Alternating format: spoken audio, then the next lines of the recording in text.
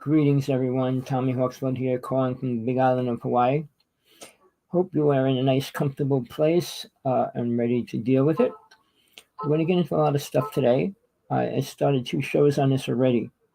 And hopefully somebody followed through with what they need to do and get ready and all the other things around it. This will become a workshop, but it's people that are ready. Hold on, let me bring my co-host in. Greetings, TJ. How are Well, you? here again, Mr. Reverend Thomas Hawksblood. You're looking dapper today. Yeah, appreciate it. But how you doing? You look good. Good. I'm in Texas. You're in Hawaii, and I guess you got this thing started. So, what are we calling our weekly show meeting? I've invited some people to join us to Well, help our spiritual path well, conversation. just tell them starting a spiritual path. All right, and a continuing. We'll be adding more to it every week. Get into deeper details. We'll have more questions coming in, and then we'll. Main thing is we have to start somewhere, and that's why I said we got to start at the very beginning, because a lot of people think they're in a spiritual path, don't know about making a newer one, changing it, or upgrading what they think they know. And I use the word think they know because most people think they're in the right place. If we So, were in the right, oh, go ahead, Tina. Man, I'm going to have a hard time. TJ. Gizmo. All right. So we're going to have a hard time catching up with where we need to be because if you look at the world right now, we're not in a spiritual place. No matter what you say, people, no matter what you think, no matter what you follow, we're not better than we were 100 years ago. We didn't create one spiritual thing in 2,000 years. So that just shows you all the religions, all the paths, and there's 2,000 religions on the planet right now and a few over. But none of them are helping the planet become better. And that's scary. Now, what I'm going to try to get through in this course, in our classes, in our workshops, whatever, is how you can make yourself better for yourself. You're not going to make yourself better for the world because we can't change the world. We can only change ourselves. And we start with ourselves and we have to focus on that. We can't focus on the whole world because we'll never get nowhere.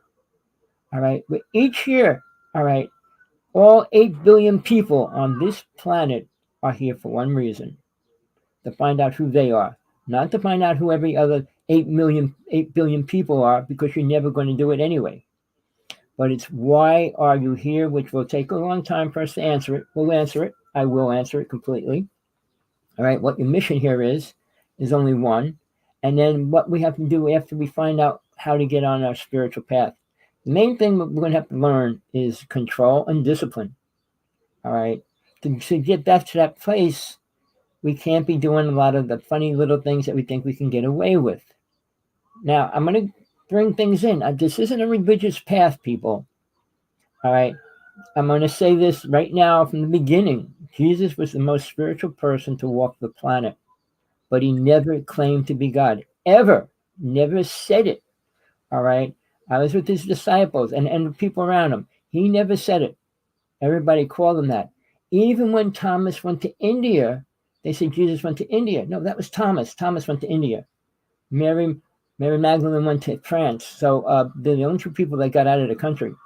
But outside of that, the Bible was written by men who had an ego, which all men do, which helped them create the ideas why Jesus came here, what he did, and what he's not on a cross. I mean, Catholic religion keeps him on a cross to keep remembering that he died for our sins. He didn't die for your sins, people. When he was alive, he was working with people that were trying to find God.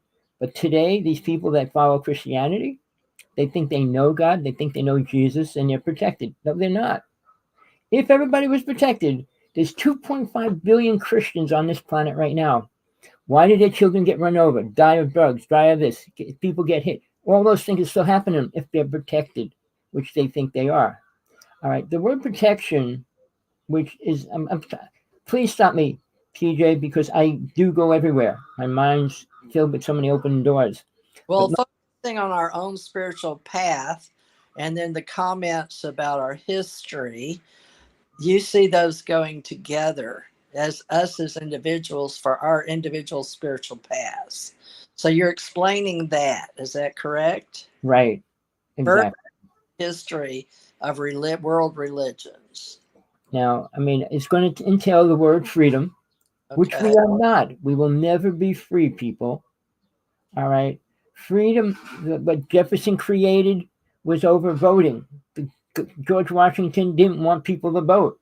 That's why they created electoral votes. It was not about freedom. Jefferson made sure that we had the right to vote. But who still overpowers that? They do. And they did that so poor people couldn't vote. In the original, when they created it, the rich people are still the same. So, sorry, people. So now you're comparing our culture, but my sister Brenda can help you. She's a registered nurse and very enlightened. And her husband, a forensic scientist. But Tommy, we're here to help you. So you tell us how we can help you because you're taking on a daunting task. Taking on helping all of us learn about a spiritual path. And not everyone knows that you've had death and dying and a lot of ministerial training, and not just world religions, but the natives. And you'll be going and also studying in California about entering different realms at Mount Shasta. So a lot of us, including Brenda and Jim Thomas of Texas, probably may or may not know about all the subjects on your spiritual path. So how do we break this down? Because you are going to be teaching everybody All on right. on this journey we're all agreeing to together What about I'm going spiritual. to, But let's compare ours with yours. okay. The first important thing is no path on this planet is the same as anybody else's. We are all on a separate path. We can believe we study the same thing, but we do different things, we act differently, we respect things differently. So we're not the same. We're not following the same thing. We're not following the Ten Commandments. We're not following a lot of different things which everybody say this, that, and the other thing. Well, what I'm going to try to tell you right now, my experiences I'd say, and this isn't coming from ego people. Most people will say, oh, that's just ego. I had experiences that very few people will ever have on this planet. All right. Does that make me better? No. Does it make me spiritual? No. I never claimed to be spiritual. All Is right. that Rooster or one of your neighbors? That's all the roosters next door, outside, everywhere. Got them all over the neighborhood. It's just a drag. But, All right. You live in Hawaii, and your spiritual path brought you there, which well, to follow the dolphins, which I know is part of your spiritual path. well, I came to Hawaii to be with the dolphins, but I was a caregiver for a year and a half, 24 hours, living 7 days a week. And I was so drained because, in all that time frame, they never respected me. Right. Sad. That's character. So, when we look at people, we say we love each other, we have compassion. No, we're not. I don't think we can say we are. We might be compassionate to 10 people, but they were uncompassionate to the rest of the world. Oh, I send unconditional love to the world. That's an important role you played as a caregiver. Brenda did to people in 9/11. A lot of the fire people that were at the New York building that came down. And Right? that was a tough one too. She had to help a lot of people get through all the way up till I think it was almost 20 years later with depression. I heard You her. know, She hasn't really told it. a lot of people died too. A lot of the firemen died, a lot of the policemen died, and a lot of people died. But, We've been through a lot of pain on our spiritual well, now after COVID-19. That's a whole nother journey too, of those of us that lived through it. And Dr. Bruce Maccabee just died, one of our colleagues, Tommy. You were with me in 2014. You got to talk to when Dr. did he die? He died my anniversary, May 10th. Because, I was trying to talk to him, and he said he wanted to talk to me. Yeah. And I didn't hear back to him. I sent him 2 messages. I was going to try to get him, send him a link for the show. Uh, Good no, man. Died at 82. Jan found him. If you look at Jan Maccabee's Facebook, Dr. Bruce Maccabee, PhD, he worked in the Navy and I worked in the Navy. And I knew him as one of the great investigators uh, and went to Washington, D.C. to train people in something that was very controversial, and that was UFOs, or unidentified flying objects at the time. Flying saucers, now called UAPs, or unidentified anomalous phenomena. That was a tough spiritual path. He was my champion in that regard, Tommy, Well, legally and in the government to do that. see, I, I have been doing a show for 3 years directly on UFOs and aliens. Yeah. The conference going right on right now. I was in it for a couple of minutes and I dropped out. But there's a fine line between religion, aliens, and everything else because they're kind of connected, but they're separate. Now, aliens don't think and feel like we do. So, are we different than them? In a lot of ways, we are. Most of them, we are different in the way they look. I mean, there's certain races that look very similar to us as well. But very few, and I'm going to tell you straight out, no matter what anybody in the UFO world tells you, aliens are not spiritual at any level.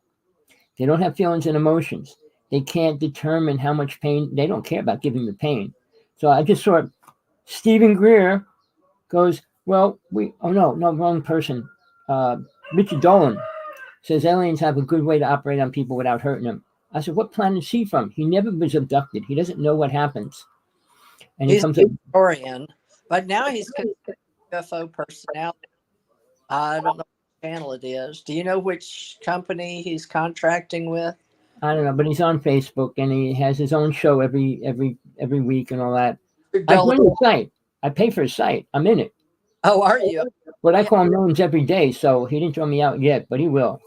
Well, Richard Dolan's a good person. I know his first wife, and she was on the directors for that. I think, did you go to the event, Contact the Desert, or did you go to? No. What about the UFO International UFO Symposium? Ever since all the important people in the UFO world died, all the important people in the UFO world died. I kind of pulled out. My partner sold out. Once I lost him, I didn't want to be involved because he copyrighted all our pictures, everything we did. But not to deal with that aspect. The people that were important, one of the two most important people in the UFO world was Bob Dean. Yes. All right. And so was Fred Bell. All right. Yeah. Both of them had the highest clearance. Yeah. I have people still that work with Bob Dean. My best friends do, and all that did. And I could tell you facts that I know directly. I knew a person from MJ12 as well. A lot of people in the government, especially Navy and Air Force. But now tomorrow I'll be working a little bit with a lady named Joanne Richards Fawcett. And I understand you knew her husband's story because he's been in prison since 1982. Right. Yeah, I met her when they couldn't get a lawyer to take the case. They had to go to the prison every month to see the husband. He was falsely accused of murder. Yeah. The government called FEMA is part of it, but the one that underlines that is MUFON. Okay. Sorry, no, not MUFON. MJ12. All right. They control everybody. When you say that, go ahead and explain to people, because you evoked MUFON, so Mutual UFO Network. Well, that I'm against. All right, I joined it. Okay, that's a network of people. If you want to join, that's great for people that are researchers, writers, investigators. It's not. All right, let me explain why. MJ12, Majestic 12. Would you like to explain the pros and cons or skeptics? Well, since you brought MUFON back up, I just want to say this. Mm-hmm. Bigelow, who just sold the Skinwalker Ranch a couple of years ago to the other group of people that are there now, he never told them what really went down on that ranch. All right. A friend of mine, Bigelow, flew him from Hawaii to the ranch to buy his pictures from him. It was the same year Mr. Bigelow bought all the pictures from MUFON. I think he spent $70,000, and they gave him all their information. All right. He was trying to hoard all the information on UFOs. And then when my friend went out there, he said, no, it's public. Anybody, well, I want the copyrights. And he said no, and he flew him right back to Hawaii. But he's involved with a lot of things. All right. He's coming out here and there about different things. He never said what really went down, why he sold the wait. He sold the ranch. Yeah. But he was also buying my friend's ranch, John Edmonds' ranch, called the Stardust Ranch. But and I know there. out there. John knew he was going to buy it. He doubled the price because Bigelow bought that ranch for $200,000. So my friend John says, "Okay, you can. I'll sell you the ranch for $400,000," and it was only 1/10 of the land that the other ranch was. Oh. Except it was right next to an alien army base.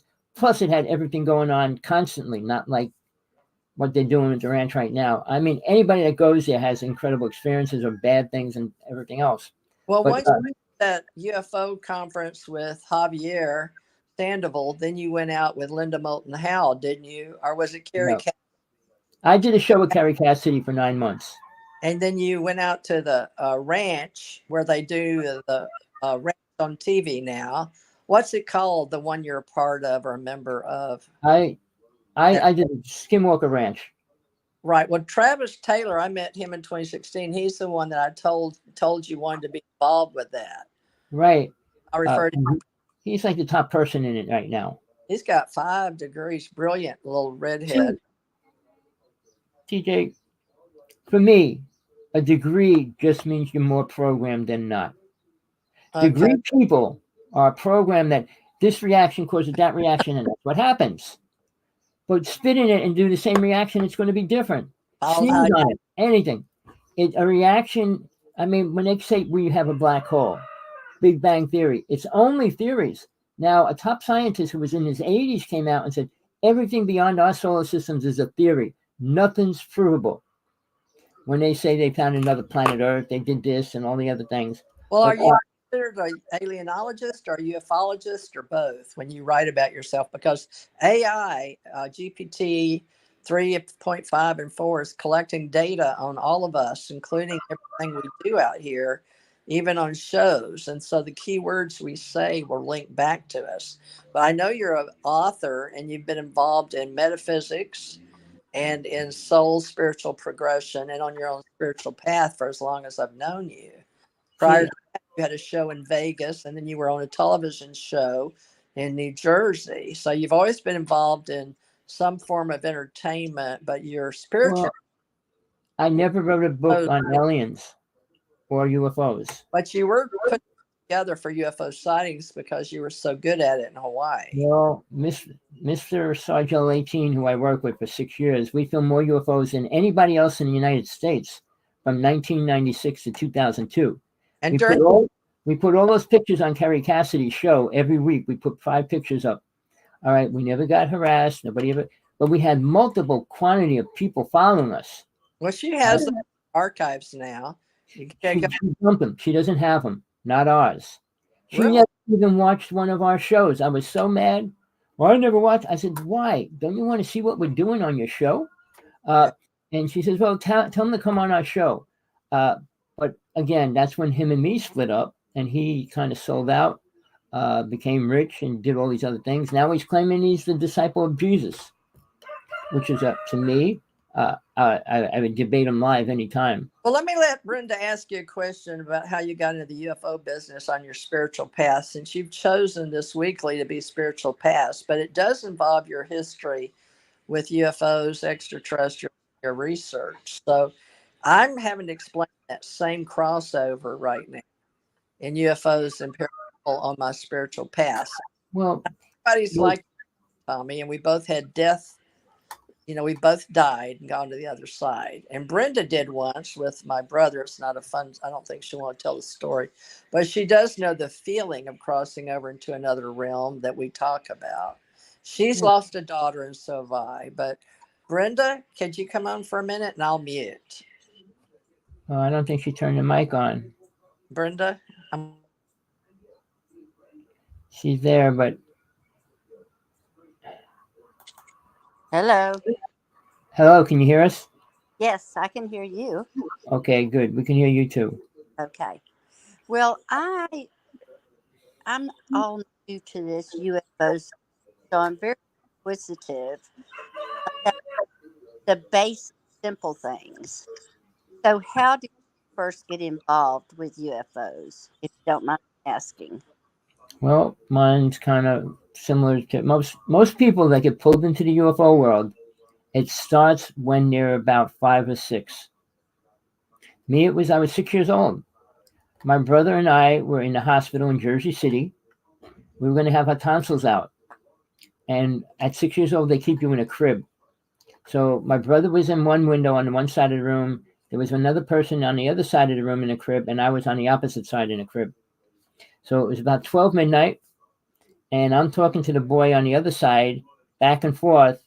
And my brother stands up in the crib, backing up like this, screaming, Tommy, Tommy, Tommy, Tommy. And I look, he's kind of like glowing in white light. So I jumped out of the crib, ran over to the window, and nobody told me to do anything. I took my hands like this, put them on the window, and stared at the ship that was there, and it just shot right back out into space. So don't ask me how I knew to do that or why and everything else, but it all worked fine because the ship left. So my first experience was protecting my brother from being abducted. All right. I know I can't be Oh, abducted because they would have taken me then, which they didn't wow. either. So, and that was only the first experience. But see how mine crossed over with religion. I started working with a deity who I didn't know who it was from the time I was 6 years old till the time I was 25. I ended up working with 3 different deities. All right. And I try not to get into that because Buddhism, Hinduism, all they have different ideas what a deity is, and they pray to him and all this stuff. But it's just like Jesus. They're not here to tell you how to get a job, buy a house, build a car. That's not their mission or their goal or their mission in life at all. So after that happened, I was working with the deity, and I found out when I was 25 who it was. It was Green Tara. At that point, all right, I met with a Tibetan teacher master that I ended up working with. I was in a religion called Ekankar for a long time. When I met this person, he left Ekankar. He went to Malaysia, came back as a High Lama from there, and I started studying with him. But he was hardcore. Nobody I ever met outside myself had as much power as he did. I mean, he did things in front of me all the time. He brought me on the roof and says, "You really want to see a UFO?" And he brought a ship right over us. And he told me, "Look, we can't go on it right now. We'll go on it next time." And then that's how it started with him and me. But he introduced me to Green Tara. He said, "Bill, do you know who you're working with?" And I said, "No." And then after 2 years, he wanted and another deed. That's real, all right. But again, I did. I worked with Shiva for about 2 years, and that was a scary thing for me as well Hmm. because Shiva brings. He's a creator of life and death in Hinduism, right? And the birth of the planet and death of the planet. So when I worked with him, everywhere I went, anybody I met had instant karma, meaning something dramatic happened the second I met him. Hmm. I met my ex-wife, for the first time. She got pulled over by a cop and got a ticket. I went to my friend at UFO stuff that I've been doing with right in his house, and him and his wife had a fight, smashed him, threw something and smashed the bureau, bounced off, hit the chandelier, broke the chandelier, and all this stuff. And then we had a head of the what tribe was it? Well, a native elder, top medicine person, come with five jaguar priests come, and Mm-hmm. then and we all had to do ceremony. I brought them up to where we did all our work, where the UFO stuff's going on, and they all realized. They said, "All the souls are gone." I said, "Yes, I know. I crossed them all over." But Hmm. Joe didn't go with us. He stayed home. But when I went back home, he told the medicine man that I brought karma into his house, and it was the medicine man that told him I didn't do that because he was trying to blame me for everything that happened. I said, "It's your karma, not mine." But Wow. everywhere I went, when I went to California, no matter where I was, people that met me had instant karma to the point where I said, I can't do this to people. I don't want to do it to people. I Yeah. mean, I'm not doing it, but it just happens because I'm there. Yeah. And I'm a miracle for it to Tell come. you, let me tell you about an experience that happened 45 years ago. I lived in Austin, South Austin, the neighborhood, and we had gone out of town that weekend to Houston to my parents.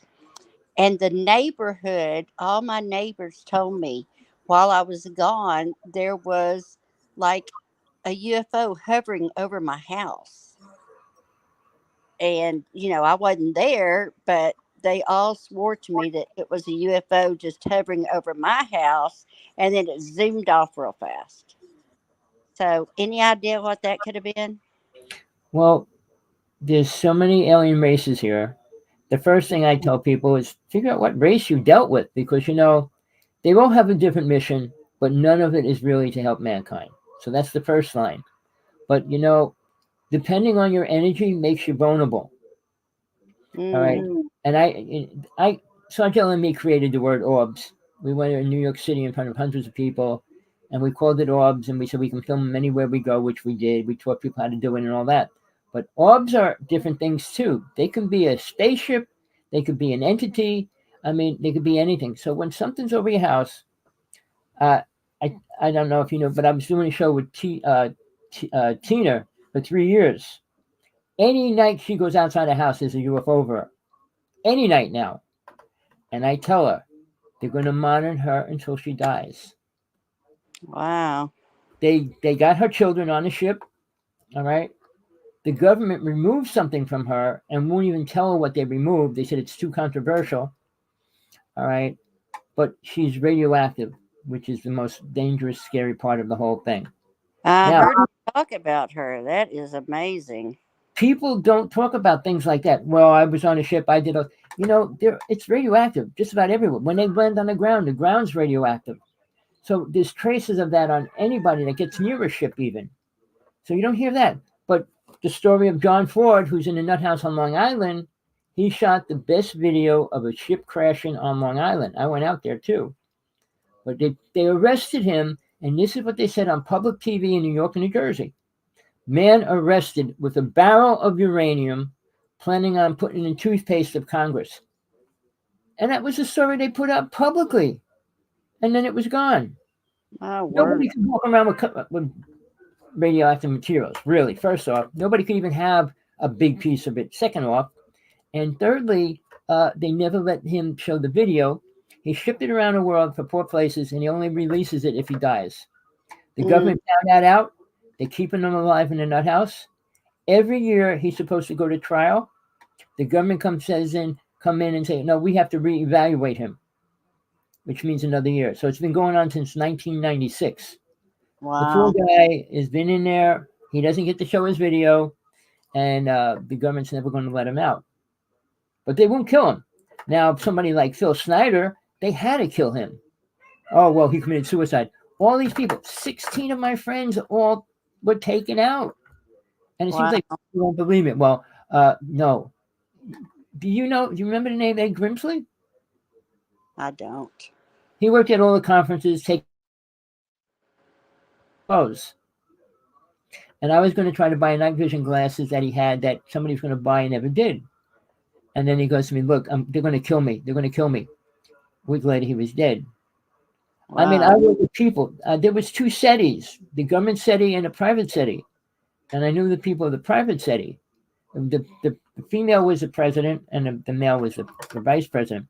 But I was talking to her all the time, and she goes to me, they came in my office and injected us. Wow. They told her, you're not going to do anything about it. So she went out to the reservation for 2 weeks trying to see if they could get some kind of help there.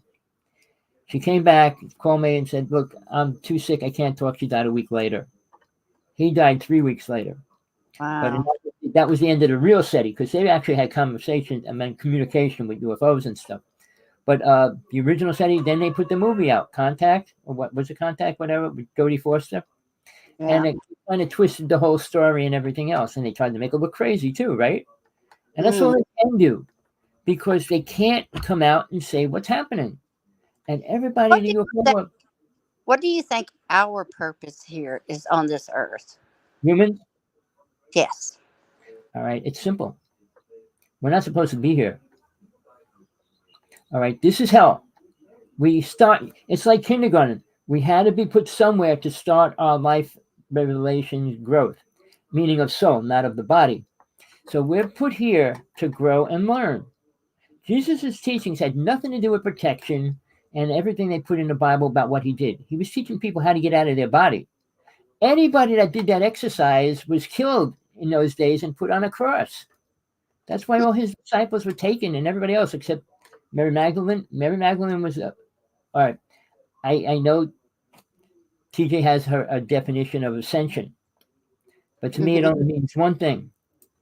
Now, when I was studying the animal tablets with a medicine woman for 2 years, uh, there's a technique that brought the Atlantean, that brought the human races here, was you had to learn it, and it's a technique to go into the pyramids to go through ascension. Jesus went through it, but he had to teach Mary Magdalene to go through it too as well, because she had all his abilities. She wouldn't have been able to teach the rest of the disciples if she didn't know what she was doing.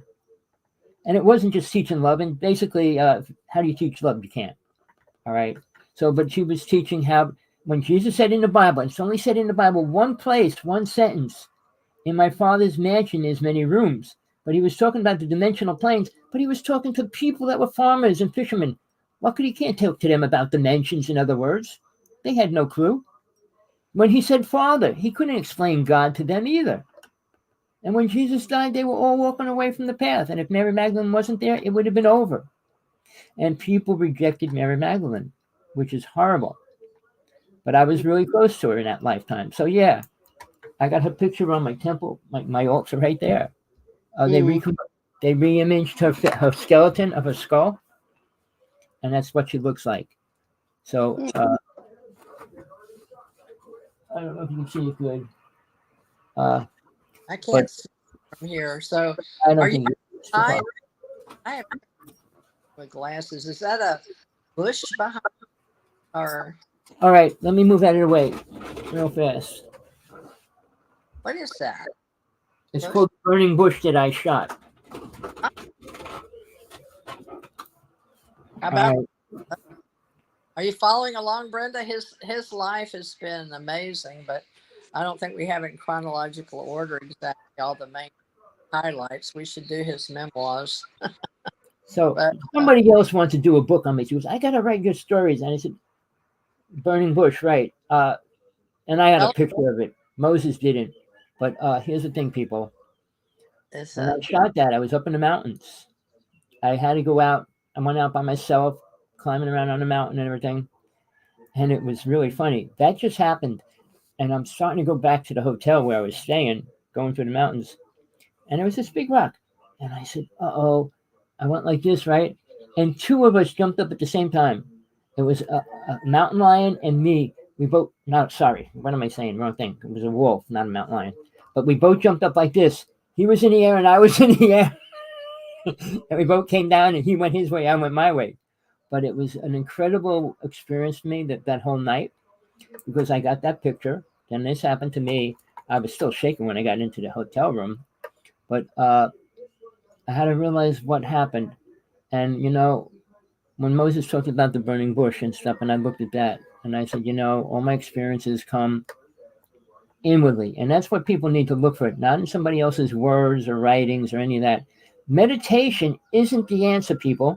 We'll get into that in detail, because you have to have the right techniques to work with to get out of the body. I don't Wait. The next thing you asked me is, what is the most important thing?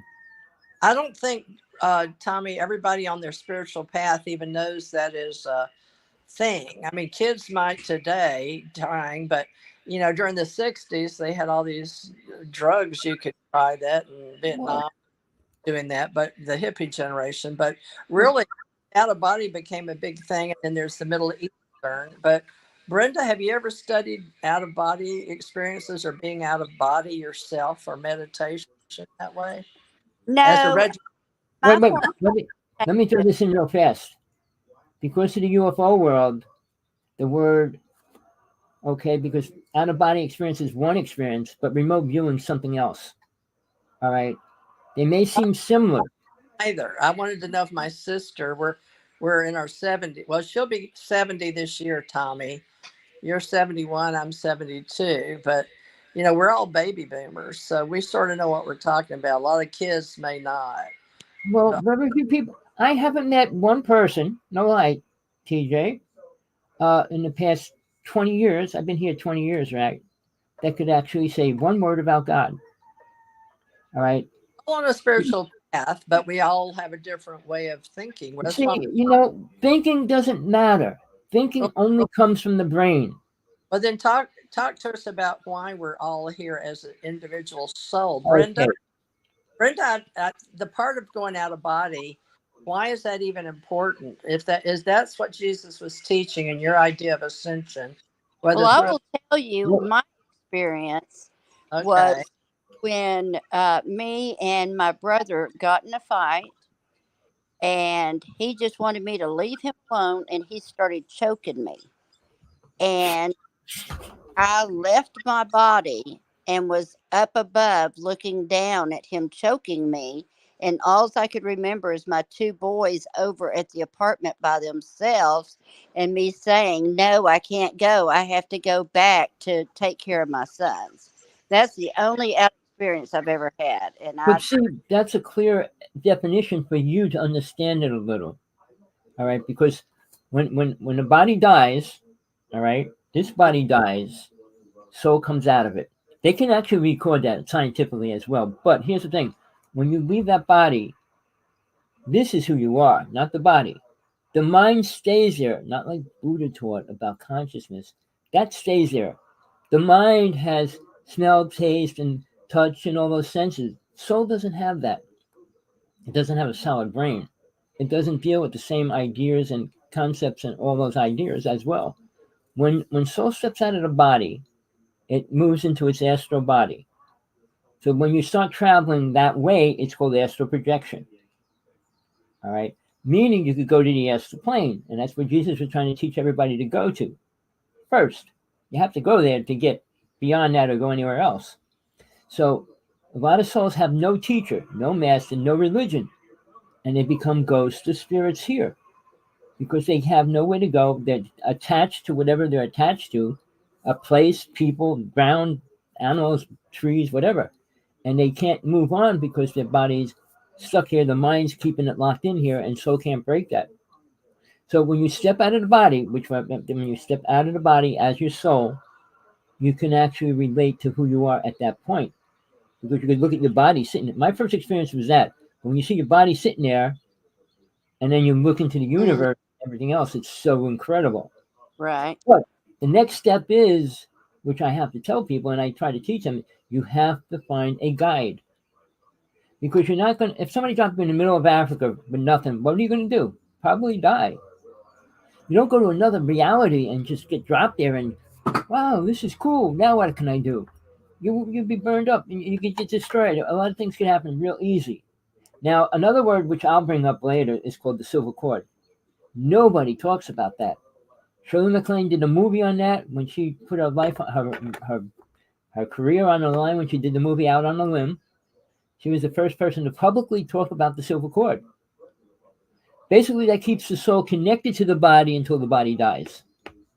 I stayed with a medicine woman 26 years, and I had to debate her almost every year.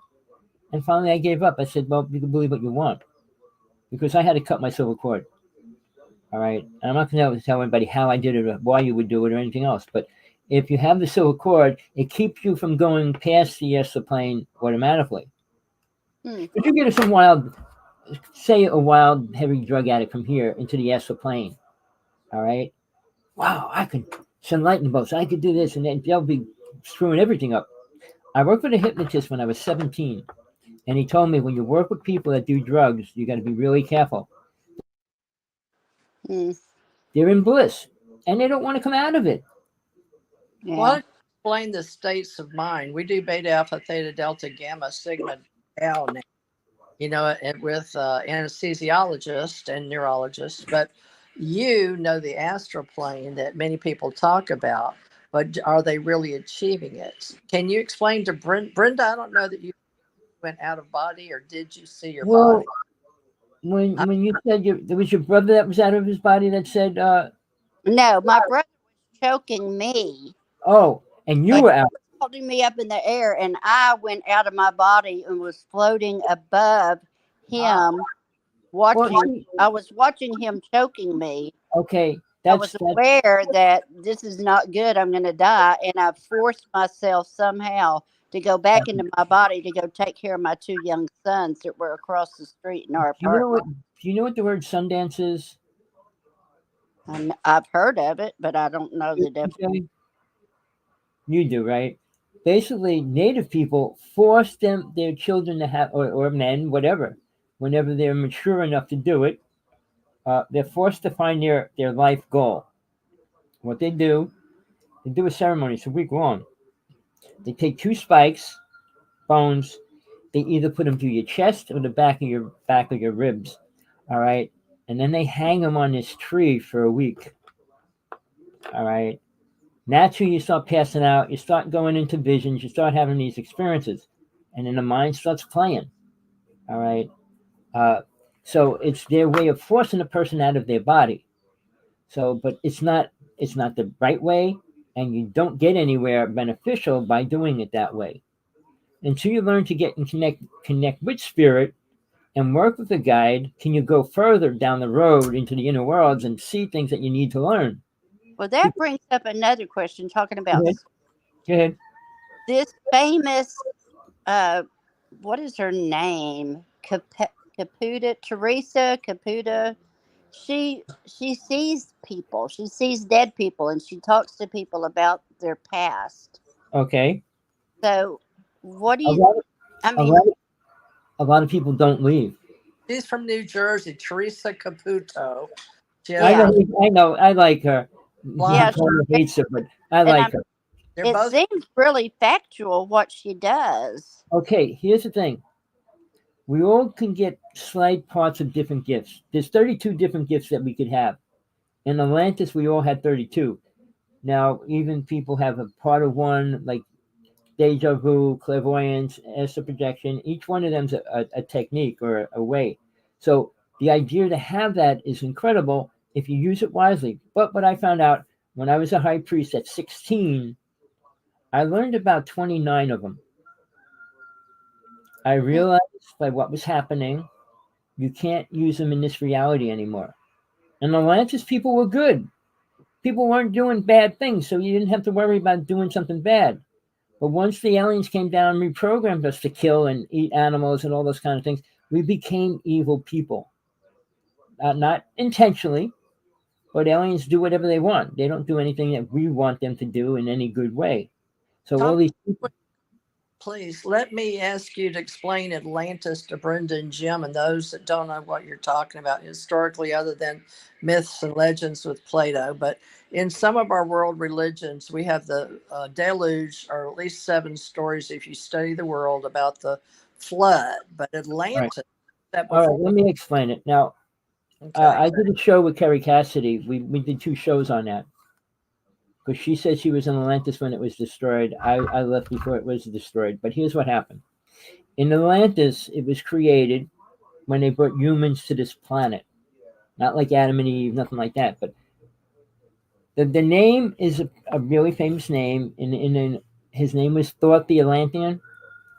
All right. But they made him into a person, a character, and this, that, and the other thing. No, he was a spiritual being, for a word. He worked with the Council of Nine, which you know, TJ, right? All right. He worked with them and they said, okay, you can bring these beings down to that planet. So he brought 9 races here, and we're all different colors. So we all didn't come from one seed, which like Adam and Eve is about and all that. But we're all different races. The 5 colored races, purple, crystal, blue, green, all those colors left right before Atlantis was destroyed. The black, yellow, red, and white races stayed because they weren't attaining any awareness, any higher where. I mean, you could live in bliss and just live in flowers and eat bananas, whatever, but you're not attaining anything. All right. So to attain that, you say you don't have to live on a planet that you got to eat. You don't. Your soul doesn't have to eat. Soul doesn't have to do anything. This So isn't really, it's a knowing to many, many people of their past lives, but they've found those in near death experiences or out of body experiences or under hypnosis. But, talking clinically to a registered nurse, how would you explain that? Because she had that experience and all she's right. not aware of a lot of Well, things. it's really simple. Okay. In the body right now, our brain controls everything we think, see, and hear. Yeah. Soul's in there. Soul's in there, right in back of it. And now, if you listen to soul, you'll be a lot safer no matter what you do. And I don't want to get into the technique right now, but if you listen to soul, you won't have an accident. You won't go in front of a car. You won't do this. You won't do that. But when you listen to mind says, hurry up and do it, or do this. It's taking you out of the awareness state. Soul can see past, present, and future of you. All right. And it guides us by that. So when we step out of the body, we can see beyond all this stuff. I mean, we're going to get, I don't want to lose too many things. I'm going to get back to the, I was working with the high medium when I was 17. She was rated the top mediumship in the United States by the New York Psyche Center. But and talking about spirits, but I'll get into that. But okay, so when we leave our bodies, You like to do those. So, Brenda, were you asking how his impression of Teresa? Yeah, he liked her. I like her too. Okay, I like Teresa too. So that's three of us that like her. But people make fun of her for seeing dead people or communicating with them. oh yeah, but So see, she plugs into that telephone line. Go ahead, Tom. here's the thing, people, because now Christianity makes people like my cousin's a full-fledged Christian, but she works with an angel, and she said, I said, what's his name, and blah blah blah, but she says, oh, Mary protects her, this, that, and everybody has. Even my ex-partner that I did my UFO stuff said he works with Mary Magdalene, Mary, mother of Jesus, and I said, she never did one thing other than give birth to a child. She never had any powers, never did anything outside of that. All right. But again, when she was always in back of Mary Magdalene. And Mary Magdalene had the abilities, which she had to teach all the disciples. Because when Thomas went to India, he started teaching Hinduism with Christianity. And it got into some of the techniques and teachings there. But Mary Magdalene went to France, but she was being followed by the Knights of Templar. They keep her as the high symbol. You okay, TJ? I hope you're right. But so when we say we leave our bodies, we do. The mind stays there. So you can look, soul's aware of everything it ever did. All right? All the lifetimes it had. And that's why it's important to remember that and learn that. Because you don't need to learn the same experience over and over. But every time we come back into this body, we got to stick our hand in fire to see that it's hot. Rather than say, well, I know it's hot, I'm not going to stick my hand in the fire. So, I mean, but experience is like riding a horse, playing an instrument. You did it. Oh, I can play that. And you just play it without even thinking why you're playing it. Like this little kid I just saw on TV, I think he was 6 years old, playing a violin. I mean, things like that. No awareness, never had lessons or anything else. Yeah. Retains what it knows if it's allowed to be. There is techniques to work with to allow soul to come through a little more. We lock it out. Not we, but most people do. I mean, if they see a spirit, oh, that's not real, or this, or anything, that's not real. Then if they see a light, oh, that's Jesus, or that's God. So Yeah. She's coming in on a different thing. Well, you came in on a different number, right? You're on the phone. I gotta cut you off on the other one, okay? TJ, I have to cut one of you off because you're echoing.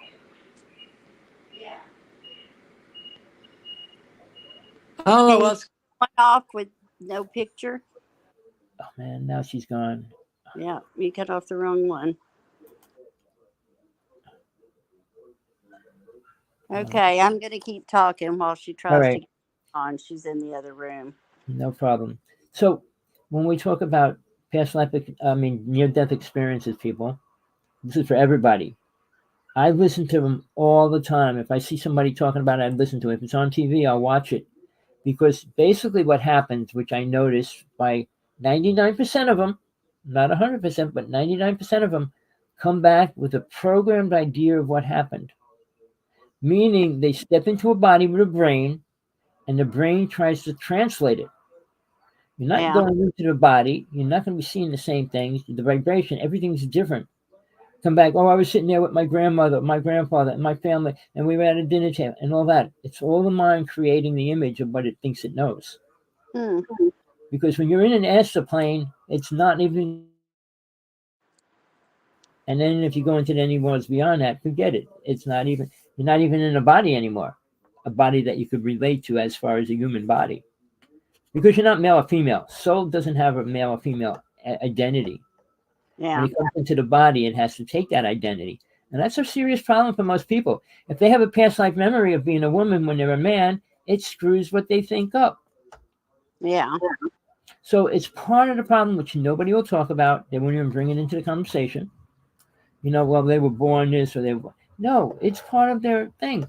If you were a girl 10 lifetimes and you come into a male in this lifetime, you don't know how to balance that out with all the things your soul knows.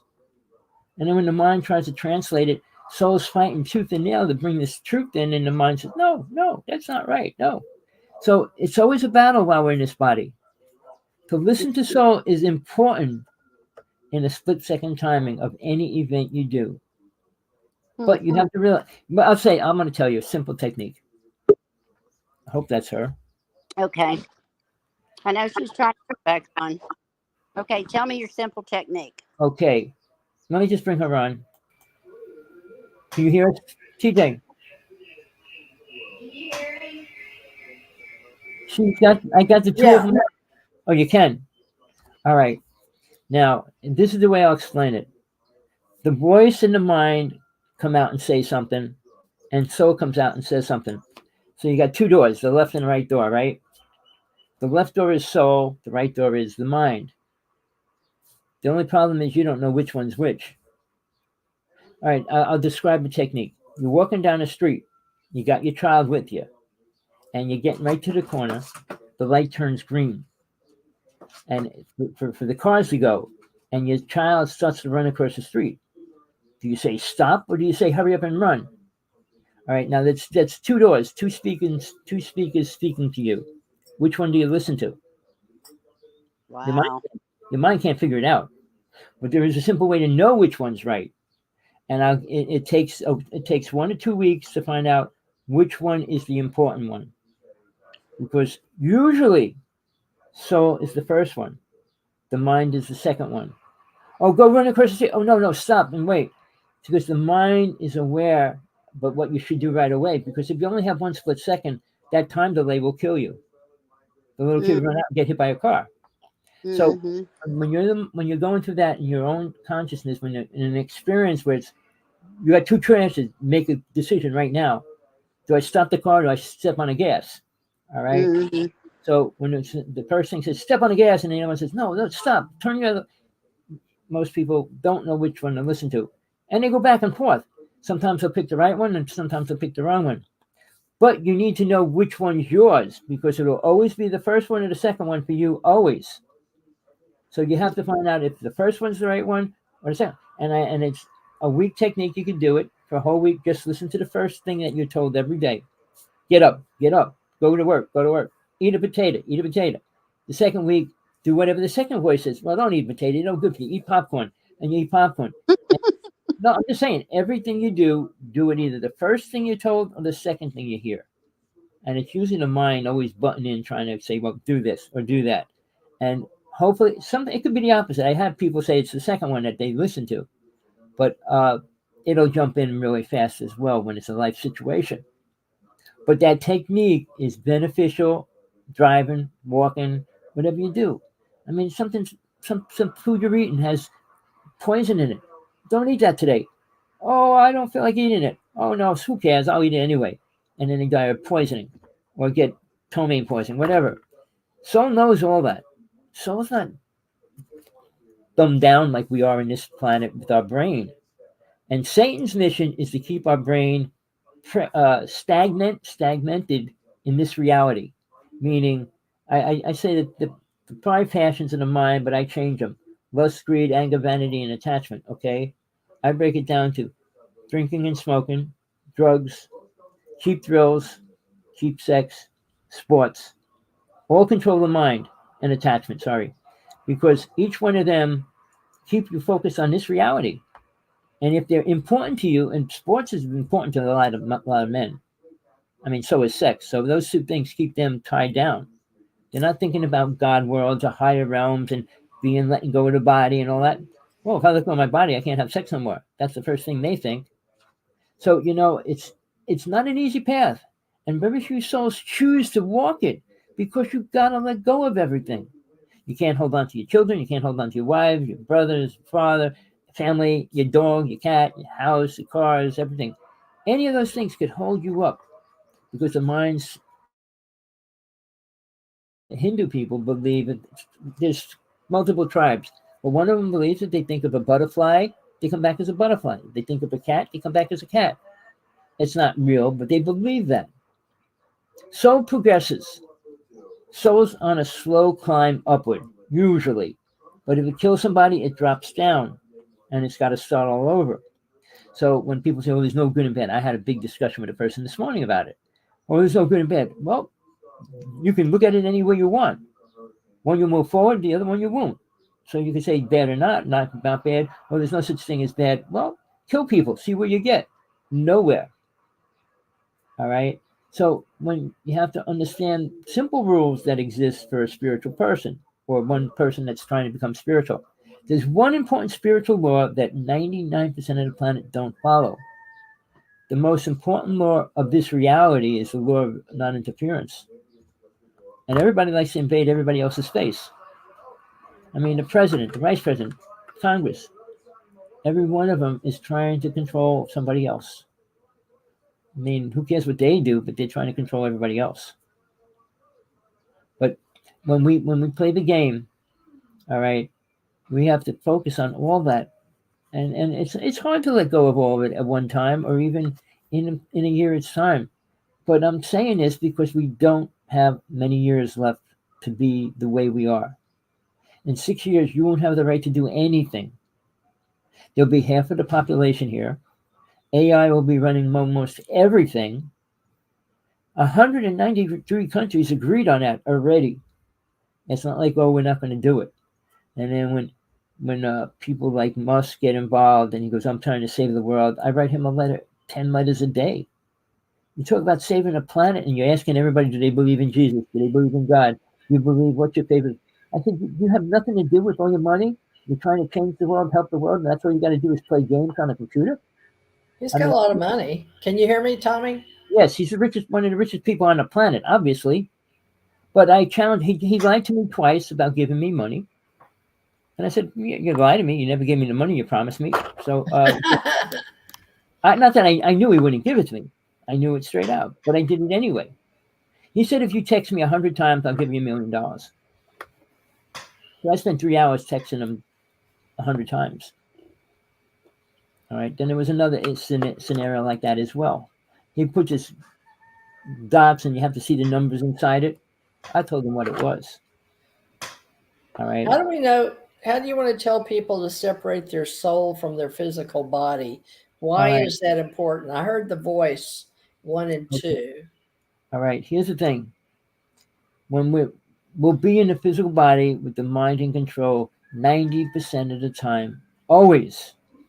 Even if you say I'm God realized, I'm this or that, I'm this, I'm a Christ consciousness and all those things, you're working from mind. You wouldn't be saying that if you were. So when these people claim that, they're lying to themselves as well.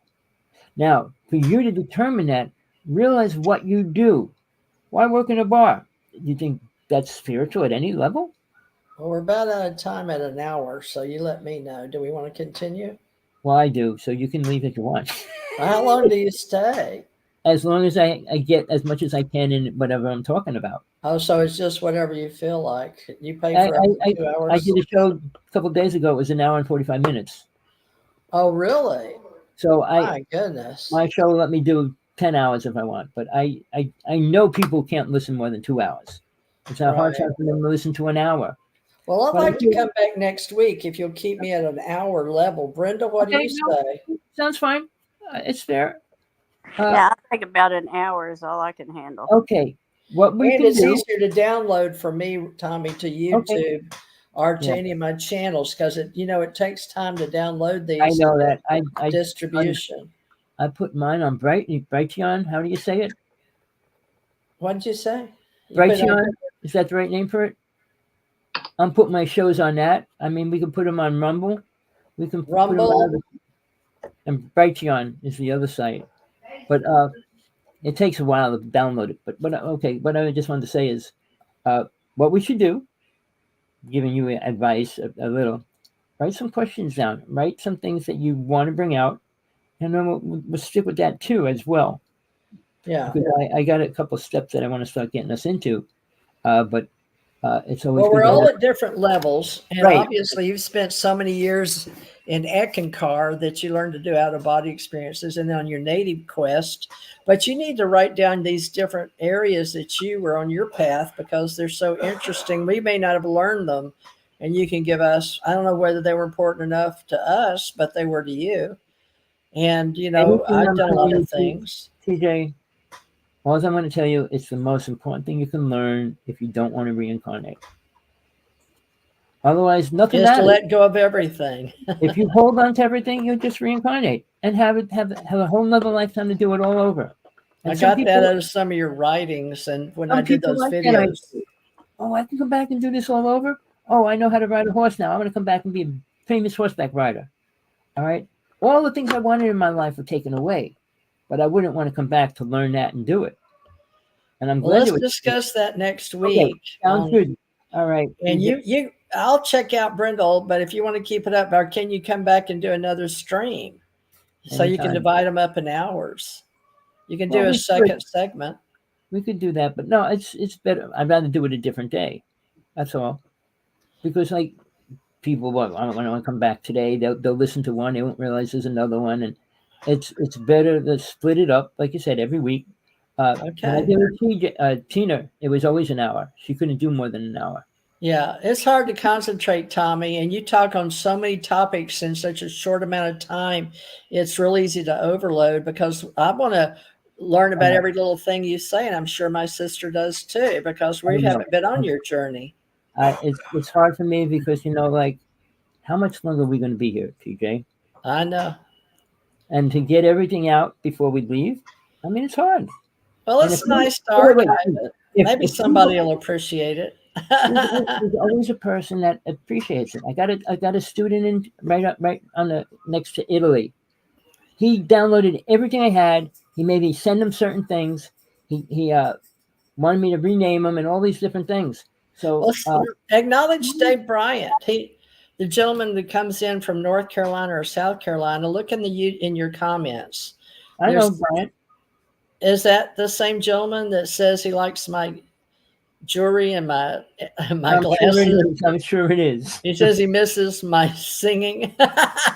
Well, I was going to say we can put your song on one time, but I want to put a picture of you up maybe next time, just because I just said let me throw a picture up right now. But again, uh, this is open for you and me to do what we want with it. But I want to keep it going. I don't want to, because when we did our show for 12 years, it was always Friday. You disappeared every time we Friday? decided to do it. It was always a Friday, and you disappeared on a Friday. Oh, You okay. did the Well, show. You did the I'm show not. again Thursday, and then you I'm were gone. not worthy. I'm not worthy. Yes, you are. We're But still alive. you gotta stick to your But commitment. also, Resident Alien, we've been watching that, and it's over with now. We saw two on Paramount Plus, I think, and one on Peacock. I So watched the whole series. you did, but we want to talk about all of that. And then the Corey Good story, I guess he sold it to the comic book, and they purchased it because they sure put avians, and he had the copyright. All right, well, love and light. We're going to go All right, now. everybody. It was a pleasure, everybody. Thank you, Thank you, everybody, for everybody. coming. Enjoyed it. Get We're your still questions ready alive. for next week. Sounds great. We'll talk. TJ, Next okay? time. We'll Thank you, talk. Tommy. Enjoyed it. And I'll You get got your your book recording ready. soon. Okay. Thank you, everybody that came in. It was appreciated. John, thank you for being here. Always a great person, dedicated. I am happy about that. If everybody was a little bit more dedicated, the world would be better. I know people say, let me get this out of the way. All right. The world could be so incredible right now if we just respected each other. Not a complicated thing. But see, the conflict which has always existed was the idea of a different God. And now everybody doesn't want a God. It makes it 10 times worse. You know what I said? It's better to fear God and know that it's there than not fear it and do whatever you want. Because we'll never move forward that way, which we're not. The richest people don't respect God. Jesus said it 3 times when he was alive. Seriously. So it meant something really important to him. And he knew it at that time. and rich people at that time weren't common as well as it is today. It's a lot more common. But people, okay, this is not a simple path. Trying to find God, trying to find who you are, what the reasons and all that. It's a lot simpler than we think it is. I heard a phrase, God realization is as simple or as hard as we make it. God doesn't disappear, God doesn't change. But when we decide to face it and deal with it and learn about it is when it gets hard. Because we're programmed over and over with things and things that aren't beneficial to our body. All right. So please, people, work on your ideas. If you want a spiritual path, you don't have to follow me. You don't have to follow anybody. But if you really want it, you have to commit to it. You want to learn a trade, you got to commit to it. I got a new hobby. I got a bow and arrows, and I'm practicing, and to me, it's fun. I mean, I'm writing letters all day long. I'm writing half of the night. I don't even get to go to the ocean, and it's only half a mile from my house. I mean, I walk down there with my dog every day, but I don't get to jump in it and swim and all those kind of things. People, till next time, enjoy your night, your day, wherever you are. Find what you're looking for. Don't settle for anything less, but make sure it's what you're really looking for. I heard a phrase, if you ask God for something, ask for 100 times more, so if you get any, you'll be happy. All right. Peace, love, compassion. Till next time.